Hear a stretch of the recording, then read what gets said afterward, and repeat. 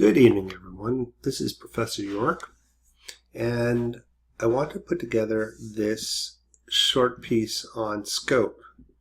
And the reason why is in looking at the deliverables that you've shared with me, what I have seen is there's some uncertainty of what scope is all about. I've seen quite a diverse mix in terms of interpretations, and I'll get into why I did that. But I think it's a good time to use this as a teaching opportunity in terms of from what I do as a practitioner to transfer what I've learned in terms of managing scope, defining scope, to helping you in your projects. So I think one of the things is what the problem with most consulting projects is that they're all over the place. Okay? For clients, that leads to agitation, disappointment, etc., because they're not getting what they want. For consultants, some consultants, they're making a lot of money. Some consultants, what happens is that they're not really adding value, and so they circulate in and out. And I think the problem there is, as one of my professors at Kelley School of Business had said, and this is Dean Phil Powell, is the toughest thing we have to do as consultants is to really get a tight scope. So, why do we need a tight scope? Because to be on target with the client needs, that's very, very critical. But also is to be able to deliver on those needs and those expectations. So you probably will hear about managing expectations. You will need to know that in your job in the future. But in our side of the business, it is very critical to manage the expectation of clients. You don't want to overpromise and underdeliver. So remember, the client may want the Lamborghini. In reality, you might only be able to deliver the smart car. So you need to understand what does the client really want and what does the client can afford. So this is going to be very important in terms of how you be able to sort through your assignments with your clients. So let's go back to the magic triangle. Scope, cost, time, and there's actually a fourth piece which you can throw in the middle. But scope is most important. And the fourth piece, by the way, is quality. Okay, but scope, time, and costs, there's always trade-offs. You just can't have all. So these are things that we need to keep in mind. And if you can keep a real tight scope, then it allows you to manage your projects in a very timely fashion. That's the only other resource you have. We can add more people, which would mean more cost if you were in an agency, which is the time factor and resources. But time is very critical, and it could mean you have 6 weeks here, but to realistically get this done, it may take 8 weeks. And actually, I've seen that in some consulting projects where we've gotten into there and the client's expecting it 6, and it really doesn't happen. And we have to be able to manage then, okay, we're not delivering at 6 weeks, we're delivering at 8 or 9 weeks because of the scope was not very clear. So you all probably have been looking at this last consulting framing project or scoping project and going, what's going on here? Why didn't I give you a defined rubric or defined, here's how it should look? And I did deliberately. And sometimes it's useful to do that because I need to have you guys go through the exercise of doing it yourself.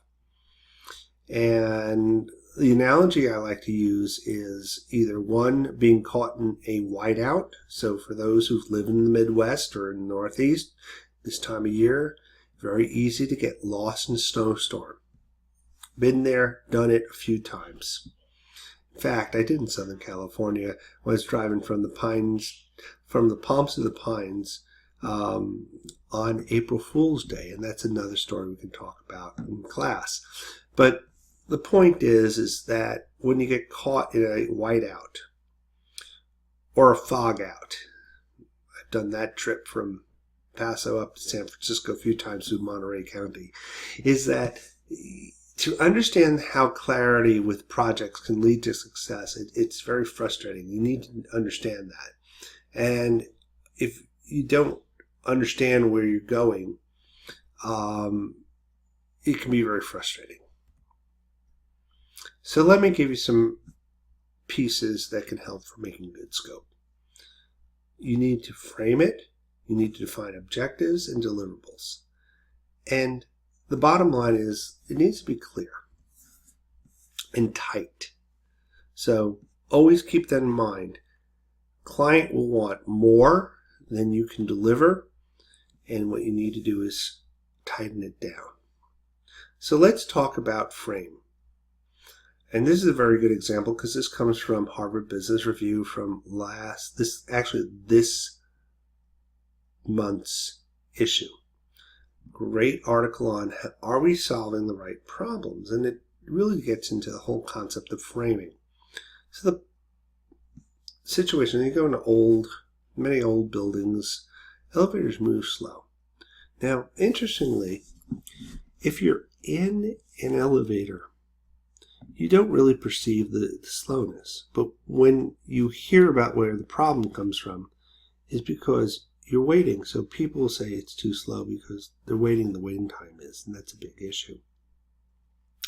So the initial solution proposed, the knee-jerk, is, well, let's make the elevator faster. Well, how can you do that? Install a new lift, upgrade the motor, improve the computer algorithm. Guess what? That costs a lot of money. All right? Some organizations may say, great, let's just take care of the problem. Here it is.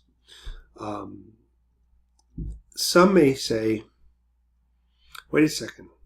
We have to now, if we're repairing the elevator, changing it, that's time that is spent that we have to take the elevator out of service.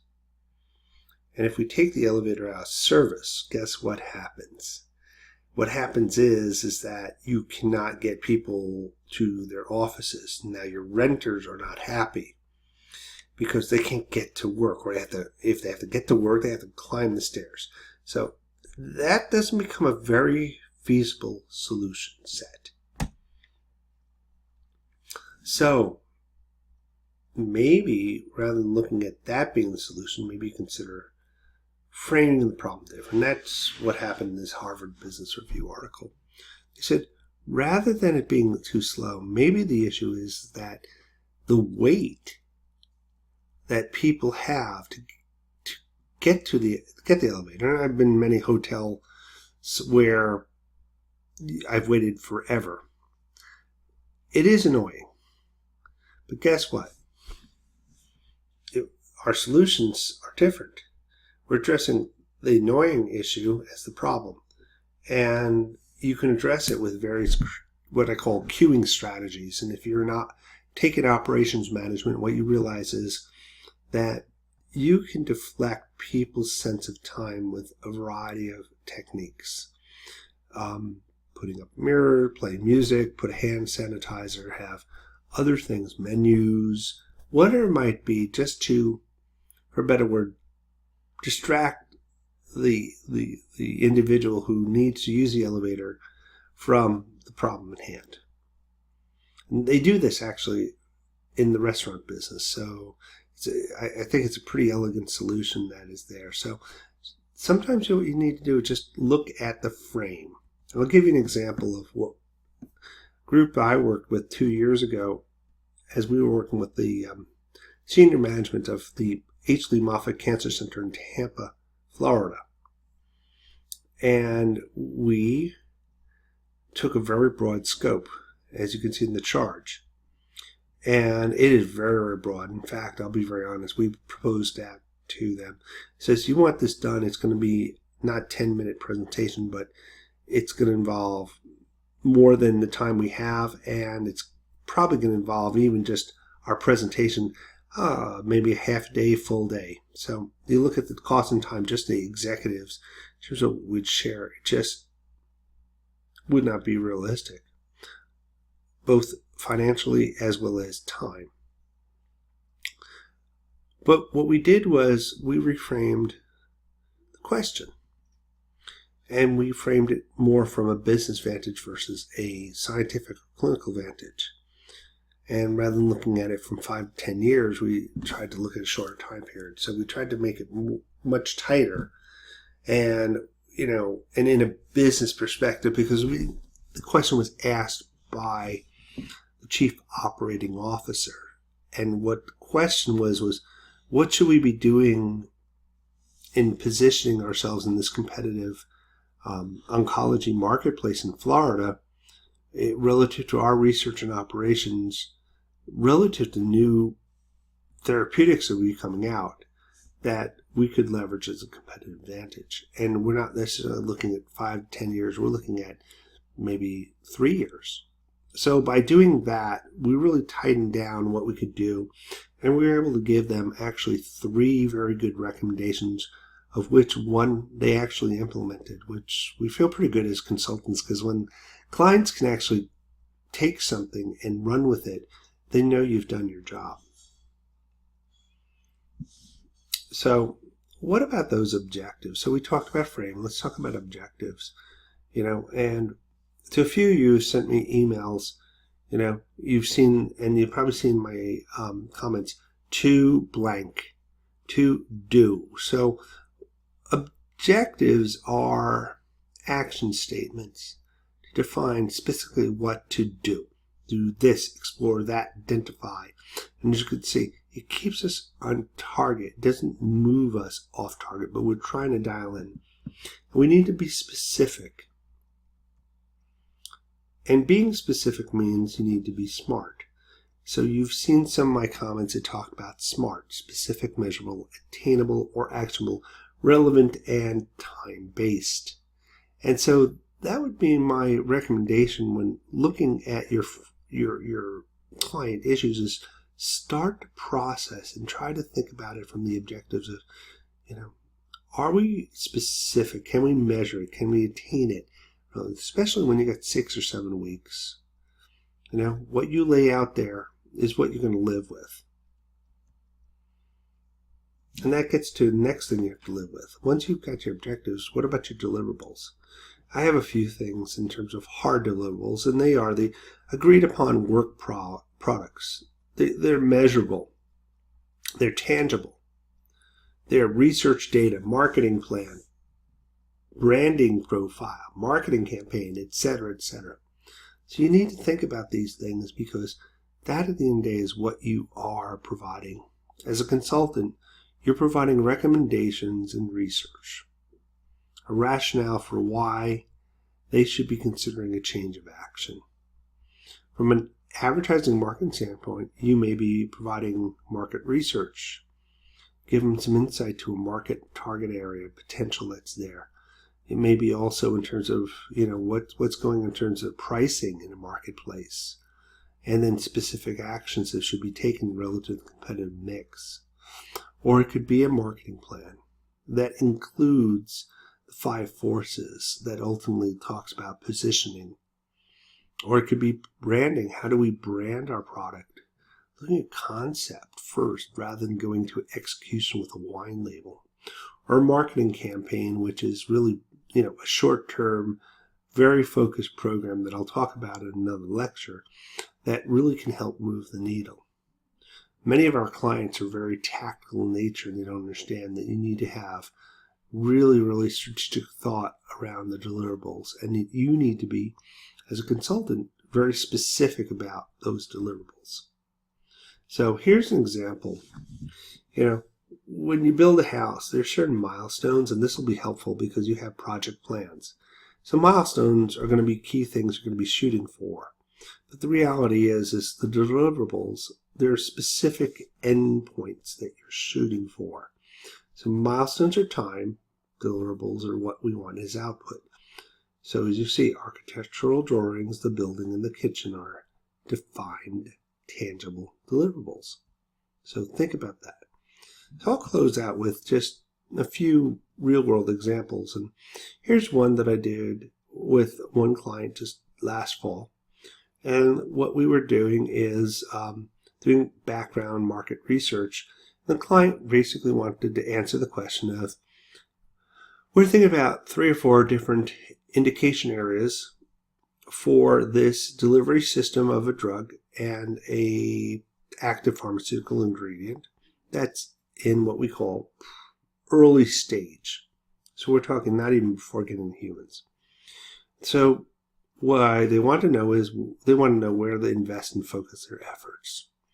So we use basically a voice of customer, qualitative and some quantitative. It's a very small group because we want to gather data relative to these areas: antibiotic abuse and pruritus, from the relevant literature. So have a secondary research first, and we would provide an output which was in a presentation. We would then identify potential positioning and messaging opportunities, and then obtain insights from customers about the marketplace.